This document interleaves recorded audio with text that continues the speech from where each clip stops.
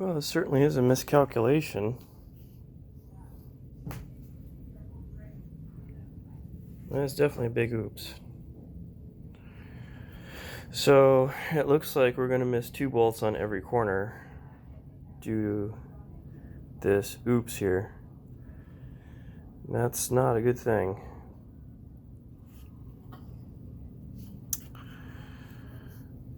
So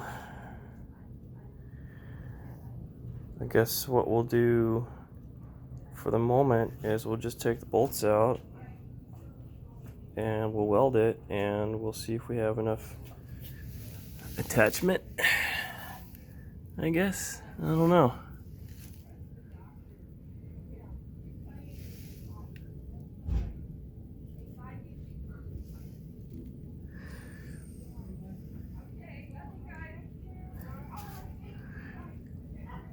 Maybe we can take the drawer out